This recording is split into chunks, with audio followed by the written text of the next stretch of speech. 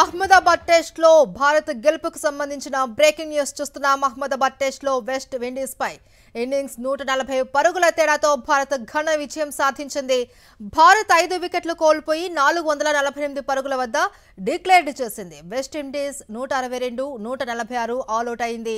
సెంచరీలతో KL Rahul, Jurel, Jadeja రాణించారు.